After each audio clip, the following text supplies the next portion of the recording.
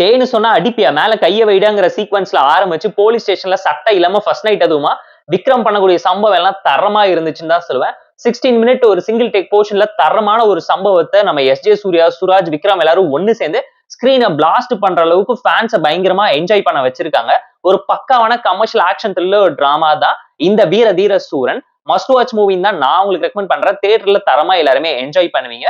படத்துல ஒரு சில ஃபிளாஸ், ஒரு ஸ்லோனஸ் இருந்தாலும் ஓவராலா பார்த்து என்ஜாய் பண்ற மாதிரி செதில் செதிலா ஒரு சீனியுமே செதுக்கி இருக்காங்க. மேஜரான ஒன் லைன் ஸ்டோரி என்னன்னு கேட்டீங்கன்னா, ஒரு பொண்ணோட மிஸ்ஸிங் கேஸ்ல சுராஜை முடிக்கிறதுக்காக எஸ்.ஜே. சூர்யா போலீஸ் ஆபீசரா களத்துல இறங்கும் போது நடுவுல வரக்கூடிய விக்ரம் பண்ணக்கூடிய கலாட்டா என்ன, இவங்கெல்லாம் யாரு, என்ன பண்ணி இந்த இடத்துக்கு வந்தாங்கிறதெல்லாம் பார்ட் 1 பார்த்து தெரிஞ்சுக்கோங்க. இவங்க எதுக்காக அடிச்சுக்கிறாங்க, எப்படி அடிச்சுக்கிறாங்கிறத இன்ட்ரெஸ்டிங்கா காட்டுறேன்னு சொல்லி பார்ட் 2ல ஒரு நல்ல சம்பவம் பண்ணிருக்காரு டைரக்டர். மதுரையில ஒரு சில சம்பவம் நடந்திருக்கும், அதை ஒண்ணு சேர்த்து படமா எடுத்துட்டாருன்னு மட்டும் நினைக்காதீங்க. படம் தான் ஒரு சம்பவங்கிறது கண்டிப்பா இந்த படம் பார்க்கும் உங்களால ஃபீல் பண்ண முடியும். கார்த்திக் சுப்ராஜுக்கு அடுத்து மதுரையை அருண்குமார் நல்லாவே யூஸ் பண்ணிருக்காருங்கிறது இந்த படம் பார்க்கும் உங்களால ஃபீல் பண்ண முடியும்.